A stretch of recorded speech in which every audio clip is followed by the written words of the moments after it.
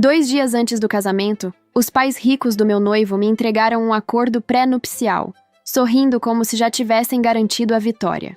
Mal sabiam eles que eu tinha 5 milhões de dólares no banco, um dos melhores advogados da cidade e um plano mestre que apagaria aqueles sorrisos convencidos deles de uma vez por todas.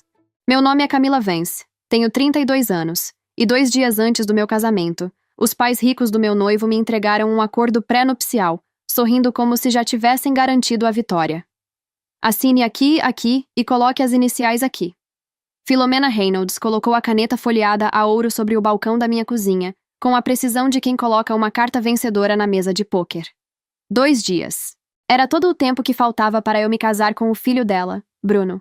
E ela escolheu exatamente esse momento, 8 horas da noite de uma quinta-feira, para aparecer sem avisar no meu apartamento com o marido, Christian, e um acordo pré-nupcial de 30 páginas. Bruno estava misteriosamente incomunicável, preso em depoimentos urgentes no trabalho, que agora eu suspeitava serem tão falsos quanto o sorriso de Philomena. Ela me observava folhear os parágrafos iniciais do documento, com os dedos perfeitamente manicurados tamborilando sobre a bolsa de mão de grife, saboreando o que achava que seria minha rendição completa. O acordo não era apenas injusto, era feito para me apagar financeiramente de qualquer futuro que eu pudesse construir com Bruno. O que Philomena não sabia, o que ela nunca se deu ao trabalho de investigar durante 3 anos me tratando como um caso de caridade que o filho dela havia recolhido, é que eu tinha 5 milhões de dólares no banco, uma empresa de tecnologia em ascensão, e Harold Winters, o advogado mais implacável de Chicago, na descagem rápida do meu celular. Minhas mãos permaneceram firmes enquanto virava as páginas, embora minha mente voltasse a 5 anos atrás, quando essa fortuna secreta se tornou minha. Minha avó Rose morou no mesmo bangalô modesto numa cidade vizinha de Chicago por 40 anos, cultivando tomates no quintal e remendando roupas em vez de comprar novas. Quando o Dr. Harold Winters chamou minha irmã Sarah e eu ao escritório dele após o funeral da minha avó, eu esperava talvez alguns milhares de dólares e algumas joias de família. Em vez disso, ele empurrou uma pasta por cima da mesa de mogno que me fez questionar a própria realidade. 9 milhões de dólares acumulados em décadas de investimentos pacientes, escondidos atrás de roupas de brechó e cupons de desconto. Sua avó começou a investir em 1962 com 200 dólares, dinheiro da venda do anel de noivado depois que seu avô morreu, explicou Harold, a voz carregada de respeito. Ela estudou o mercado como outras pessoas estudam as escrituras. Reinvestiu cada dividendo, analisou cada oportunidade com cuidado. Viveu como se não tivesse nada porque queria que vocês duas tivessem tudo. Mas, mais importante, queria que vocês tivessem liberdade. Então ele abriu a pasta e revelou os números. São 9 milhões de dólares, dos quais 500 mil foram deixados para a mãe de vocês, e os outros 8 milhões e meio divididos igualmente entre vocês duas. Ficou metade para cada uma. 4 milhões e 250 mil no meu nome, 4 milhões e 250 mil no de Sarah, já aplicados e rendendo, prontos para serem administrados com responsabilidade. Saí daquele escritório e voltei à minha vida como se nada tivesse mudado. Meu Honda Civic ainda tinha o amassado no para-choque de uma batida no estacionamento.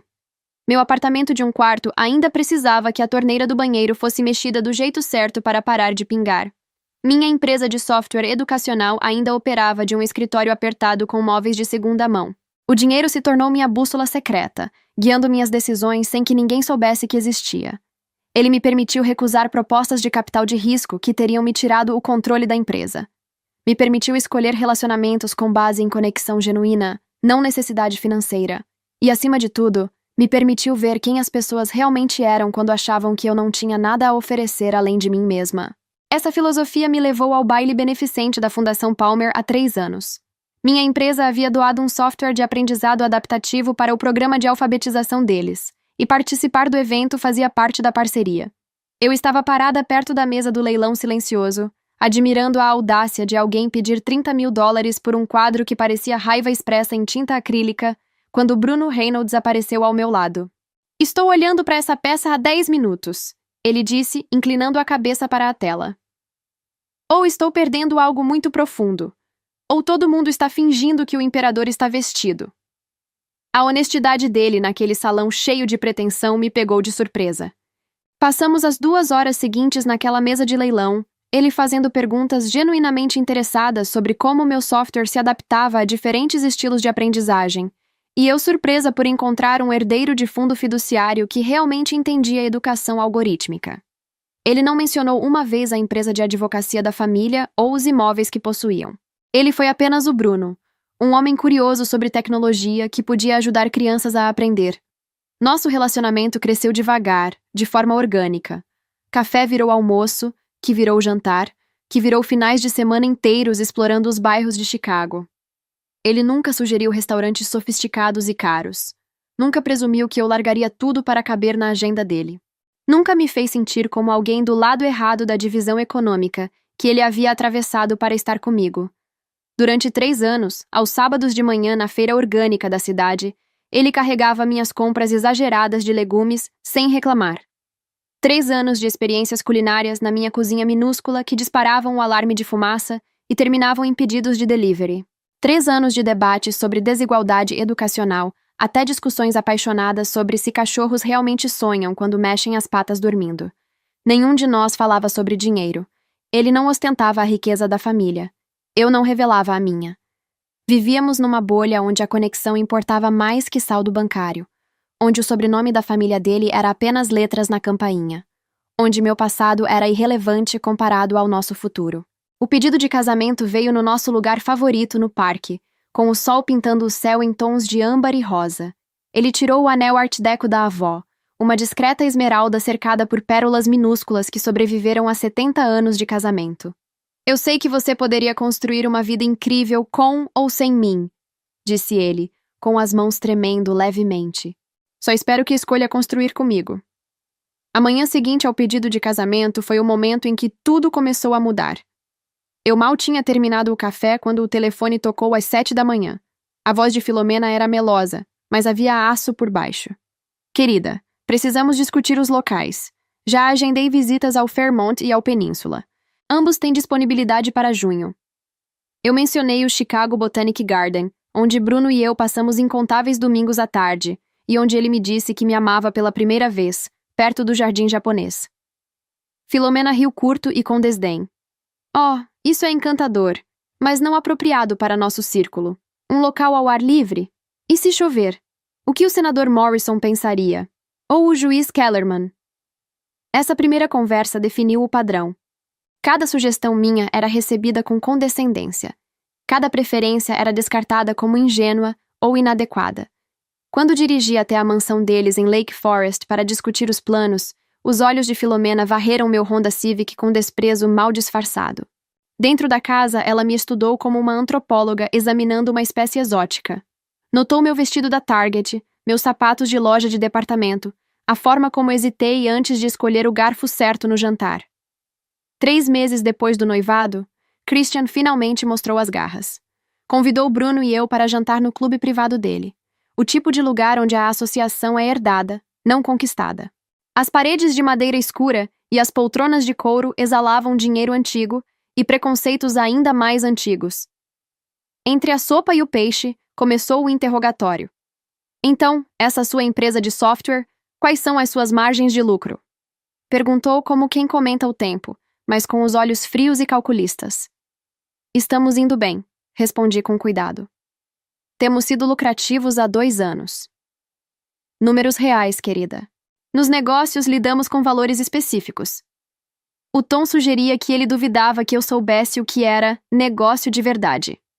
Tentei responder de forma vaga, desconfortável com a intromissão. Então ele passou a falar dos meus pais. Ambos professores, pelo que Bruno comentou. Escola pública, certo? Sim, minha mãe dá aula na 3ª série. Meu pai ensina história no ensino médio. Profissão admirável, disse Christian com um tom que sugeria o oposto. Imagino que as restrições financeiras tenham sido desafiadoras.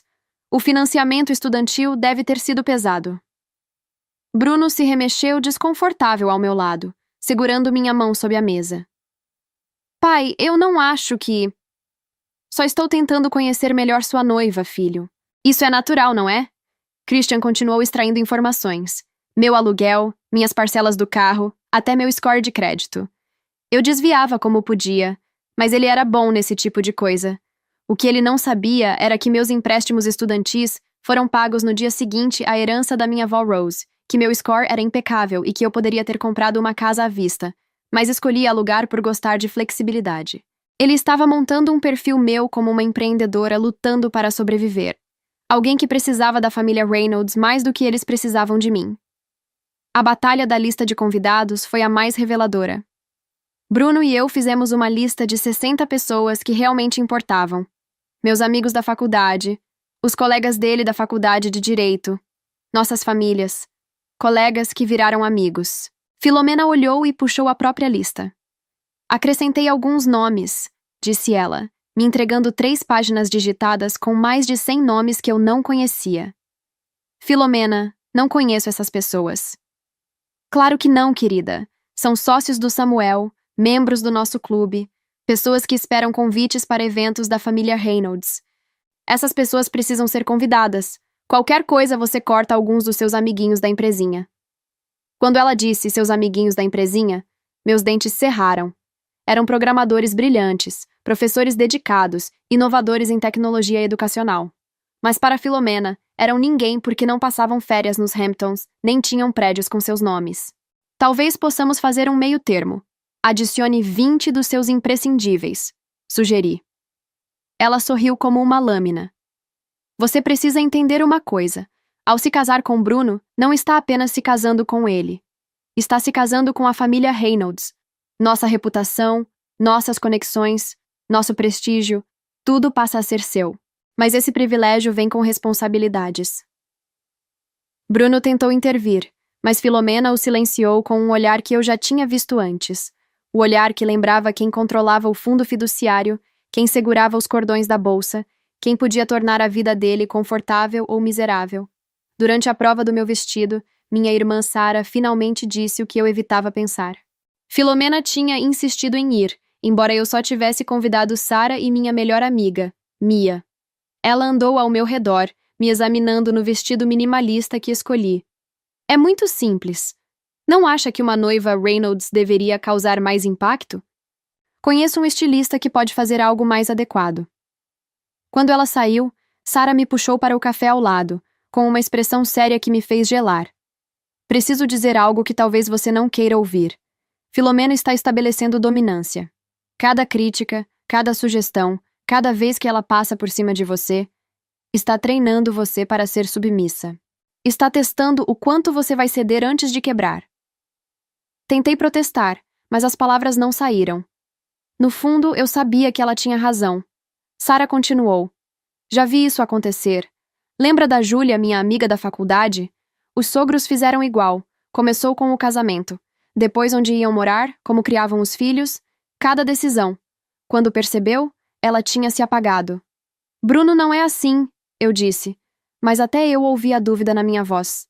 Mal, talvez não, mas ele também não está te defendendo, está? Ela estava certa. Bruno segurava minha mão debaixo da mesa, pedia desculpas depois, prometia que as coisas mudariam depois do casamento. Mas quando importava, quando os pais estavam me diminuindo, ele sumia, voltando a ser o filho obediente que criaram. Sara apertou minha mão. Você é brilhante. Construiu uma empresa do nada. Não precisa da aprovação deles, nem do dinheiro deles, nem das conexões deles. Por favor, tenha cuidado e lembre-se de quem você é. Agora, de volta à minha cozinha, com Christian checando o relógio e Filomena sorrindo cada vez mais satisfeita com o meu silêncio, eu lembrava do alerta da minha irmã. Eles vinham preparando isso havia meses. Cada rendição pequena era treino para essa capitulação final. Me perfilaram, me classificaram e decidiram que eu era alguém que podiam controlar. Não faziam ideia do quanto estavam enganados. Filomena sorriu mais largo ao me ver processar o que exigiam. Christian se aproximou, criando um semicírculo sutil que fez minha cozinha parecer uma armadilha. Meu pulso martelava, mas mantive o rosto neutro, lembrando da lição da vovó Rose. Nunca mostre suas cartas antes da hora. Peguei o contrato com as mãos firmes e disse: preciso ler isso com atenção. Tenho certeza de que entendem a importância de revisar documentos legais com cuidado.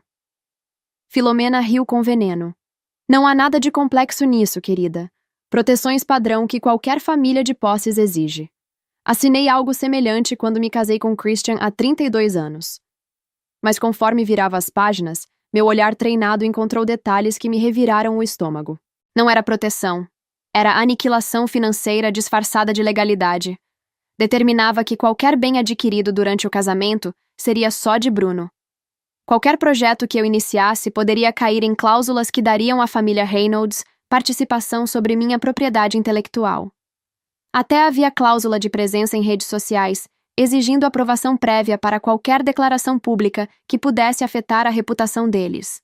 Essa cláusula aqui, disse eu apontando, sugere que qualquer tecnologia educacional que eu desenvolva durante o casamento pode ser supervisionada pela família Reynolds.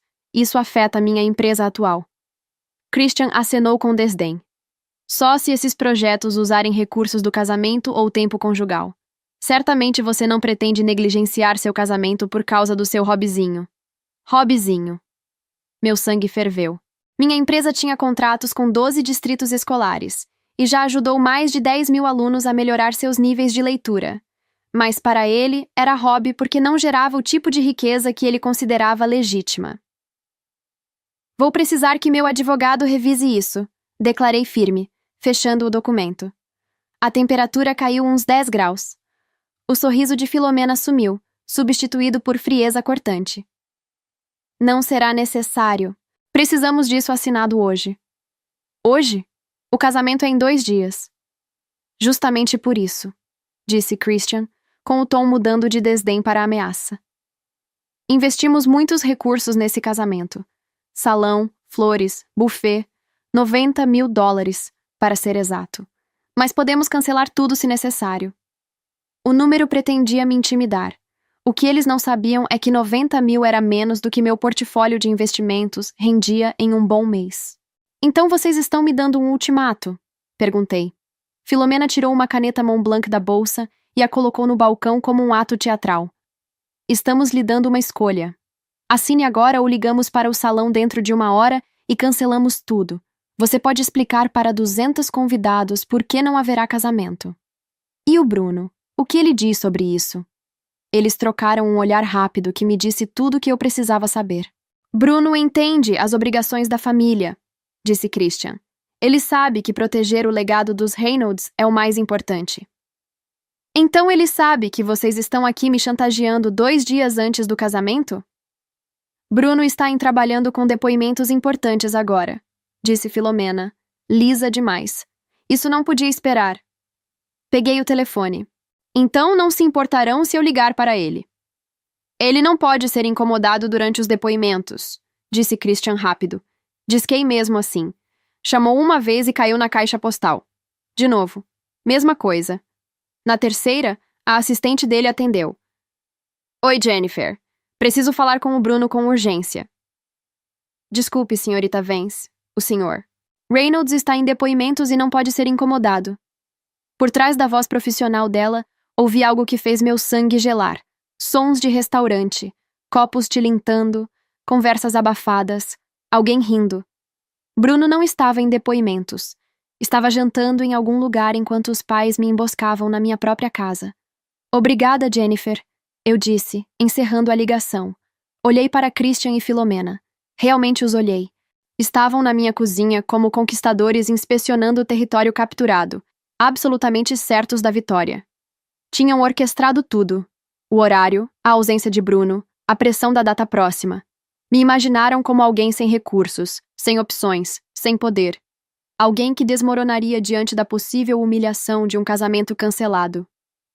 Vocês precisam sair, disse baixinho. Filomena arqueou as sobrancelhas. Como é? Saíam do meu apartamento. Agora. O rosto de Christian ficou vermelho. Ouça aqui, mocinha. Não, vocês que ouçam. Peguei o acordo e o ergui entre nós. Vocês entraram na minha casa sem convite, tentaram me coagir a assinar meus direitos, e fizeram isso garantindo que o filho de vocês não pudesse interferir. Isso não é uma negociação, é uma emboscada. E eu não reajo bem a emboscadas. Se não assinar isso hoje, não haverá casamento, rosnou Christian. Então será uma decisão sua, respondi, calma por fora, embora gritasse por dentro. Vocês vão explicar aos 200 convidados que cancelaram o casamento do filho porque eu me recusei a abrir mão do meu futuro sem assessoria jurídica. Filomena se aproximou, o perfume sufocante no meu espaço pequeno. Você está cometendo um erro terrível. Acha mesmo que Bruno vai escolher você em vez da família dele, da herança dele, de tudo que ele conhece? A pergunta pairou no ar como uma lâmina. Era a mesma que vinha me assombrando há meses, sussurrando quando Bruno não me defendia das crueldades sutis da mãe ou dos comentários condescendentes do pai. Vamos descobrir, respondi, firme. Christian pegou a caneta da Mont Blanc e estendeu de novo. Última chance. Assine e tenha seu conto de fadas. Ou recuse, e amanhã todos vão saber que você não quis assinar um simples pré-nupcial. O que acha que vão concluir sobre suas intenções? Era jogada de mestre, ameaçando não só o casamento, mas minha reputação. No mundo deles, recusar um pré-nupcial me marcaria exatamente como a interesseira que sempre presumiram que eu fosse. Em vez disso, caminhei até a porta, a abri e disse: fora. Eles saíram, mas Filomena se virou na soleira. Você tem até às 9h da manhã de amanhã. Se não tivermos sua assinatura, vou ligar pessoalmente para cada convidado e fornecedor. E quando Bruno tiver que escolher entre você e tudo o que conhece, lembre-se de que foi você quem forçou essa escolha. A porta se fechou atrás deles com um clique suave, que soou como o fim de tudo que eu havia construído com Bruno. Fiquei ali por um momento, a mão ainda na maçaneta, sentindo o peso do que acabara de acontecer. Depois fui até o telefone e rolei a lista de contatos até um nome que não chamava havia meses. O Dr. Harold Winters atendeu no segundo toque. Que surpresa agradável! Harold, preciso de você hoje à noite. A família Reynolds tentou me emboscar com um acordo pré-nupcial 2 dias antes do meu casamento. Houve uma pausa. Então a voz dele ficou afiada como uma lâmina. Estarei aí em 1 hora. E não assine nada. Não concorde com nada. E anote tudo que lembrar dessa conversa enquanto ainda está fresco. Desliguei e fui direto para o notebook, digitando furiosamente cada detalhe enquanto as palavras deles ainda queimavam na minha memória. 45 minutos depois, o Dr. Harold Winters estava na minha porta, a velha pasta de couro em uma mão e um bloco de anotações na outra. Aos 73 anos, ele se movia com a energia precisa de quem passou 5 décadas desmontando corporações predatórias e contratos abusivos. Seu terno cinza estava impecável, e os cabelos prateados, perfeitamente penteados como sempre. Mostre-me o documento, disse ele sem rodeios, sentando-se à mesa de jantar e tirando os óculos de leitura.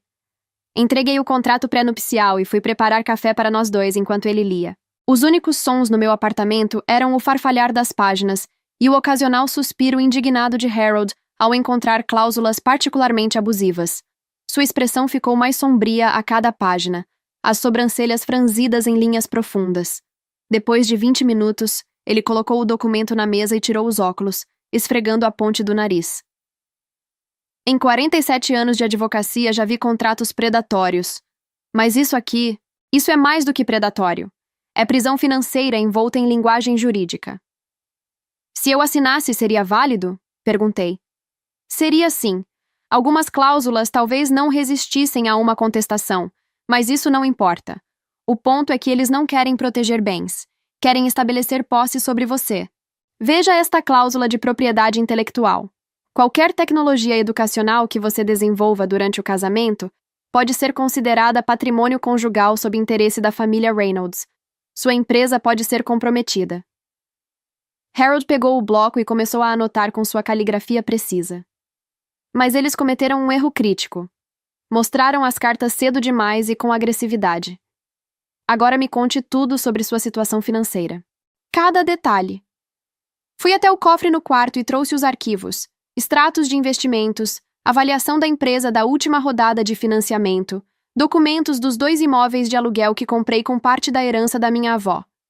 Harold revisou cada um minuciosamente, fazendo anotações e perguntas de esclarecimento. 5 milhões em ativos e investimentos líquidos, resumiu. Mais 1,5 milhão em avaliação da empresa, embora isso seja menos líquido. Imóveis somando cerca de 800 mil. Valor patrimonial total próximo de 6,5 milhões. Ele ergueu os olhos por cima dos óculos. E a família Reynolds não sabe de nada disso? Nada.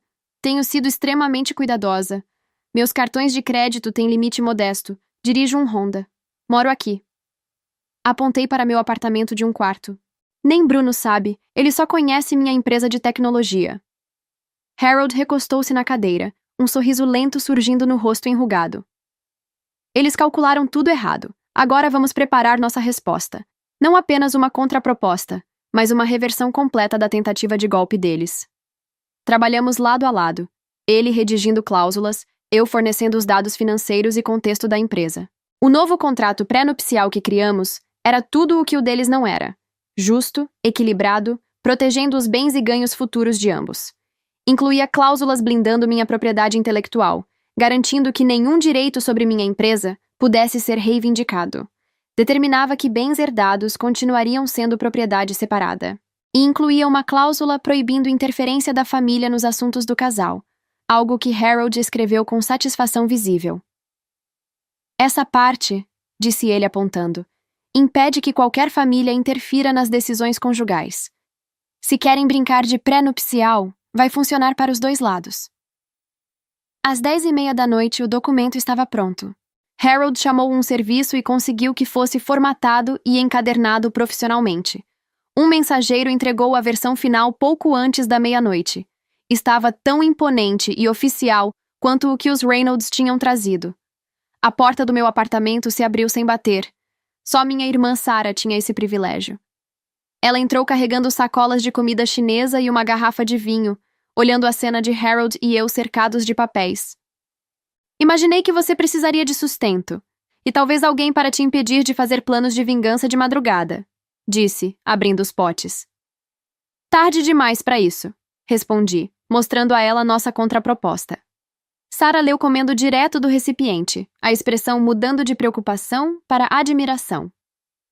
Isso é brilhante. Você não está só se defendendo, está atacando. O melhor ataque é a defesa bem feita, disse Harold, aceitando um prato de Sarah com gratidão de avô. Você está mesmo pronta para revelar tudo? A herança, a avaliação da empresa, tudo? Depois que isso sair, não dá para voltar atrás, ela perguntou. Passei o dia inteiro debatendo isso comigo mesma. Durante anos, encontrei segurança no anonimato financeiro, ser valorizada por quem eu sou, não pelo que tenho. Mas os Reynolds me forçaram a escolher. Eles tentaram me destruir porque achavam que eu era impotente. Eles precisam entender exatamente quem tentaram manipular. Sarah apertou minha mão. Tenho orgulho de você. A maioria das pessoas teria assinado por medo ou explodido de raiva. Você está sendo estratégica. A vovó Rose aprovaria, respondi, pensando em como ela construiu uma fortuna silenciosamente, enquanto todos a viam como uma velhinha econômica. Harold começou a arrumar a pasta. Durma um pouco. Amanhã será intenso. Os Reynolds não vão aceitar esse contra-ataque facilmente. Depois que ele saiu, Sarah me ajudou a organizar os documentos. Você falou com o Bruno? Nada. O celular está desligado desde que os pais apareceram. Isso diz muito, comentou Sarah com cuidado. Eu sei. O silêncio de Bruno parecia outra traição. Ou ele sabia e foi cúmplice, ou era fraco demais para me procurar depois do ataque dos pais. Nenhuma das opções prometia muito para o nosso futuro. Sarah ficou até quase às 2h, sua presença me confortando enquanto dúvida e raiva brigavam dentro de mim. Antes de sair, ela me abraçou forte. Não deixe ninguém te diminuir só para se sentirem grandes. Não consegui dormir depois que ela saiu. Em vez disso, sentei no notebook redigindo a mensagem que enviaria a Bruno ao amanhecer. Precisava ser fria o bastante para mostrar minha raiva, mas vaga o suficiente para não revelar meu plano. Eu queria ver a reação genuína dele, não uma atuação ensaiada pelos pais. Às 6h, enviei. Me encontre no Giovanni's ao meio-dia. Precisamos conversar. A resposta veio rápido, sinal de que ele também não dormia. Claro, você está bem? Não respondi. Ele que se preocupasse sozinho. Em 6 horas eu saberia se o homem com quem planejei casar ficaria ao meu lado ou se curvaria a família. O contrato e os documentos financeiros estavam na pasta ao lado da porta, prontos. O contra-ataque estava armado. Agora, eu só precisava saber se lutaria contra 3 pessoas, ou apenas 2.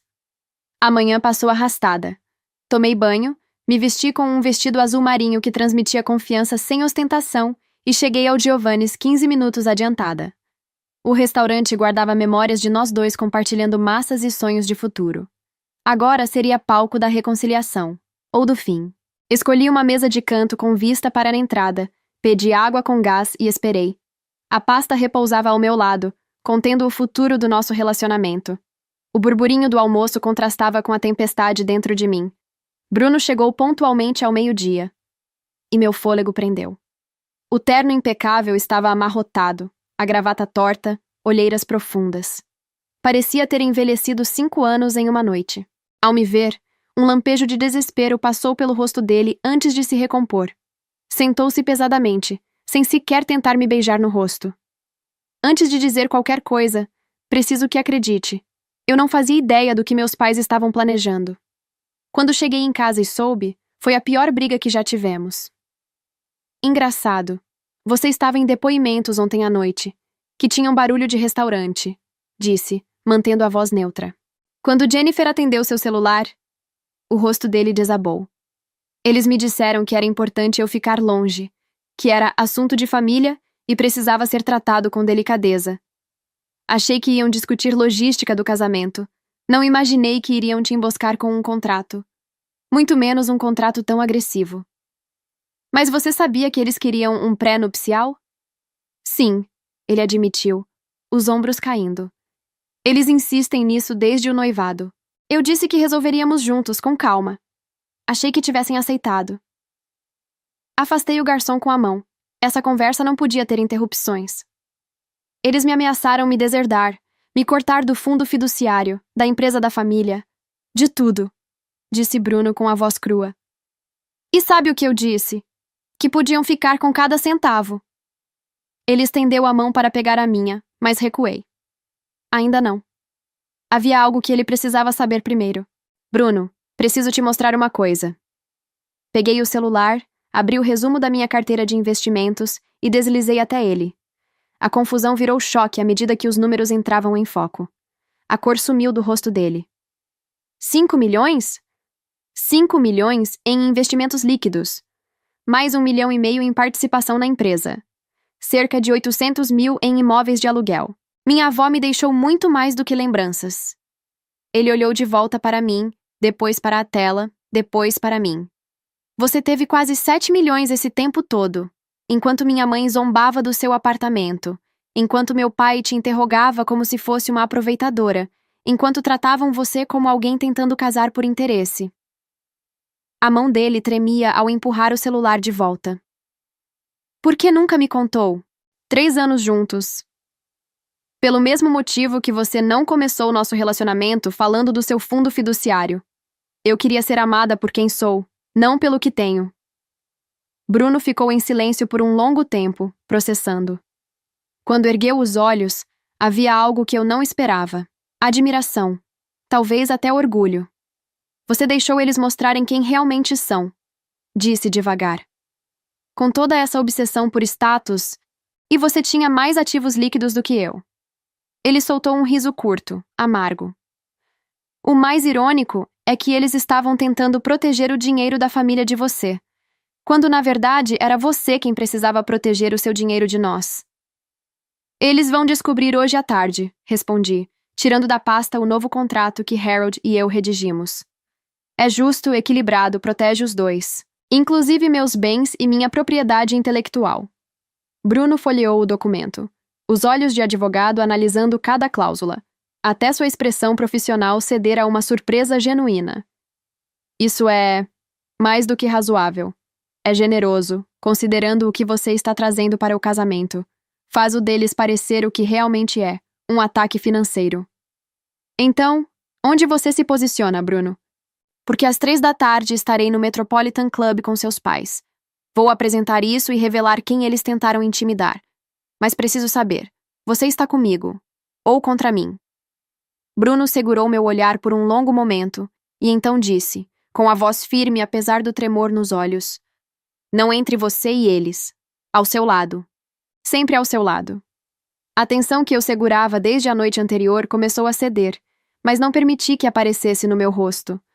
Apenas assenti e fechei a pasta com um clique suave. Então vamos. Saímos do restaurante juntos, o ar frio batendo no meu rosto como um tapa que me despertou totalmente. Enquanto caminhávamos até o carro, Bruno disse em voz baixa: "Eles vão tentar manipular, culpar, distorcer. Vão dizer que você destruiu a família, que eu estou jogando minha vida fora. Já posso ouvir as falas decoradas. Então vamos dar a eles um novo roteiro." 3:05, entramos no Metropolitan Club, aquele templo de mogno e mármore, onde os Reynolds tramaram incontáveis campanhas legais e negócios de milhões de dólares. As paredes exibiam retratos de homens de terno posando com ar de conquista. Eu sentia o peso da história deles tentando se impor sobre mim. Só que dessa vez não era uma petição deles. Era uma convocação minha. A sala de reuniões particular já estava preparada. Uma mesa longa, jarras de água gelada, taças brilhando sob a luz de lustres. Sentei-me à cabeceira com Bruno à direita e Harold à esquerda, cada um com uma cópia do contrato novo diante de si. A pasta com meus documentos financeiros estava estrategicamente posicionada à minha frente, como uma espada embainhada. Às 3:05 as portas se abriram. Filomena e Christian Reynolds entraram atrasados de propósito, como generais acostumados a fazer os outros esperar. Filomena usava um tailleur impecável, o cabelo preso num coque perfeito. Christian parecia uma fortaleza de terno azul marinho. Eles pararam por um segundo ao ver Harold, e o leve estremecer em seus olhos me deu um lampejo de satisfação. Eles conheciam a reputação dele, e sabiam que não se traz Harold Winters para perder. "Que reunião é essa?" perguntou Christian, sentando-se pesadamente. Filomena permaneceu de pé, o olhar frio percorrendo Bruno antes de pousar em mim. "Vocês exigiram que eu assinasse um contrato pré-nupcial ontem", comecei, a voz firme e clara. "Recusei. Hoje estou aqui para apresentar o único contrato que aceitarei." Filomena abriu a boca para protestar, mas Harold ergueu uma mão com calma calculada. "Este é um ambiente de negociação. Vamos manter a civilidade." Filomena fechou a boca como se tivesse mordido a língua. Empurrei o novo contrato para o centro da mesa. "Este acordo protege os bens de ambas as partes, garante que minha empresa e qualquer propriedade intelectual futura permaneçam exclusivamente meus, e impede qualquer interferência da família em nossos assuntos conjugais." Christian pegou o contrato e começou a folhear, os lábios se apertando a cada página. Filomena permaneceu imóvel, os dedos crispados na bolsa de mão sobre a mesa. "Isso é inaceitável", disse Christian finalmente, largando o documento com um baque. "Você quer que renunciemos a qualquer influência? Isso é arrogância." "Não", respondi com calma.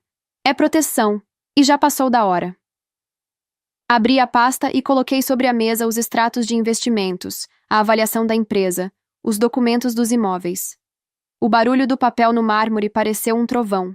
"Tenho 5 milhões de dólares em investimentos líquidos, 1,5 milhão em participação na empresa de tecnologia educacional avaliada em crescimento e 800 mil em imóveis. Não entrei nesse relacionamento para ganhar o dinheiro de vocês. Entrei com mais do que Bruno herdará da empresa da família nos próximos 10 anos." O silêncio que caiu sobre a sala foi denso e quase sólido. Christian empalideceu. Filomena ficou completamente imóvel, como uma estátua rachando por dentro. Bruno falou então, a voz baixa, mas cheia de aço. "Vocês passaram 3 anos tratando a mulher que amo como se ela fosse uma ameaça a ser neutralizada. Tentaram destruir a dignidade dela porque presumiram que era pobre, mas ela tinha mais recursos do que qualquer um de nós, e ainda assim nunca fez vocês se sentirem pequenos. Isso diz tudo sobre ela. E muito sobre vocês." Filomena virou para ele, incrédula. "Você está mesmo escolhendo ela contra a sua família?" "Não", disse ele sem hesitar. "Estou escolhendo ela contra o controle de vocês, contra a crueldade, contra esse jogo de poder que vocês chamam de amor." Christian se recostou, os olhos duros. "Se você assinar isso, estará fora do testamento. Sem fundo fiduciário, sem ações da empresa, nada." Bruno deu de ombros.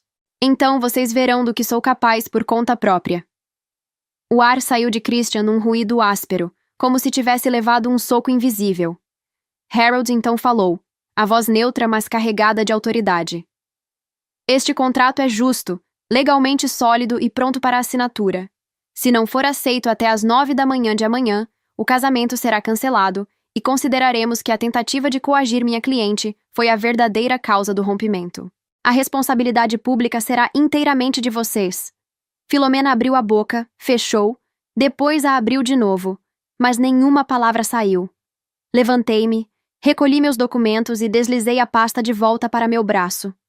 Vocês quiseram um acordo. Agora tem um. 9 horas amanhã. Assinem ou não. Virei as costas e caminhei até a porta com Bruno e Harold ao meu lado, deixando para trás 2 titãs do velho mundo paralisados na própria arrogância. Quando a porta se fechou atrás de nós, o clique ecoou como um veredito. Na manhã do casamento, acordei antes do sol. A casa estava silenciosa, o ar parado, como se até o mundo estivesse prendendo a respiração. Às 7 da manhã, a campainha tocou. Na porta, um mensageiro segurava um envelope grosso com o brasão da firma de advocacia da família Reynolds. Assinei o recebimento com as mãos firmes apesar do coração acelerado. No interior do envelope, o contrato pré-nupcial que Harold e eu redigimos, com as 3 assinaturas. Filomena Reynolds, Christian Reynolds, Bruno Reynolds. Preso ao contrato, um bilhete curto em papel de linho pesado. A caligrafia angulosa era de Christian. Você se mostrou mais formidável do que imaginávamos. Talvez seja exatamente o que Bruno e esta família precisam. Não havia uma única palavra de Filomena. Apenas sua assinatura em letra cursiva perfeita, firme, como se gravada em pedra. Horas depois, no camarim da noiva, Filomena apareceu. Sem anunciar, sem bater. Entrou devagar, como alguém atravessando território desconhecido. Nas mãos, um pequeno estojo de veludo azul. Ela o colocou na penteadeira à minha frente e abriu. Dentro, um par de brincos de safira, delicados e deslumbrantes. O tipo de joia que carrega décadas de histórias. Pertenceram à avó de Christian, disse Filomena, a voz baixa, sem o tom cortante habitual. Ela também foi chamada de caça-fortuna, mas salvou a empresa da família durante a Grande Depressão. Ela teria admirado você. Fiquei em silêncio por um instante, surpresa demais para responder. Filomena encontrou meu olhar pelo espelho, e por um breve segundo, vi algo que nunca tinha visto nela. Respeito. Ela virou-se e saiu sem mais uma palavra. Coloquei as safiras. Quando caminhei até o altar, o salão parecia diferente. Não eram só os lustres cintilando ou as flores impecavelmente arrumadas. Era a forma como as pessoas me olhavam. Os mesmos convidados que antes me ignoravam, agora me observavam com atenção, com cuidado, com respeito. Christian se levantou quando passei e inclinou a cabeça em um gesto discreto, mas sincero. Filomena, sentada com postura perfeita, me encarava com expressão neutra, mas os olhos estavam calmos. Humildes até. E então vi Bruno. Ele me esperava no altar, o rosto iluminado pelo tipo de amor que não tem espaço para dúvidas. Mas havia algo mais. Algo novo. Libertação. Casamos. Durante o jantar, Christian se inclinou para mim e perguntou minha opinião sobre um novo investimento em tecnologia educacional. Filomena me apresentou a esposa do governador como a brilhante fundadora da EduTech Solutions. E Bruno, durante a nossa primeira dança, sussurrou: Você não apenas venceu eles, você me libertou. 6 meses depois, tudo permanece diferente. Filomena só nos convida para eventos com antecedência e aceita um não com um sorriso controlado. Christian me envia propostas de investimento pedindo minha avaliação antes de fechar negócios. Os almoços de domingo com a família se tornaram mensais, não semanais. Nossa casa tem os 2 nomes no título da escritura. Eles agora me tratam como igual, porque foram forçados a me enxergar de verdade. E Bruno? Bruno me olha como quem ainda não acredita que tudo aquilo realmente aconteceu. Como quem sabe que ficou ao lado da mulher que desafiou o império da própria família e venceu. A maior vingança não foi destruí-los, foi fazê-los me ver como eu realmente sou. Eles tentaram me emboscar com um contrato. Eu os desarmei com a verdade. E essa foi a minha história. Se você chegou até aqui, muito obrigada mesmo de coração. Sabe, às vezes a vida nos força a mostrar nossa verdadeira força. E descobrimos que somos mais poderosos do que imaginávamos. Se essa história te tocou de alguma forma, deixa um like para me ajudar a alcançar mais pessoas. Isso faz toda a diferença para o canal crescer. E se inscreve também, porque tenho mais histórias reais que vão te surpreender. Prometo que vale a pena. Um beijo carinhoso e até o próximo vídeo. Vocês são incríveis!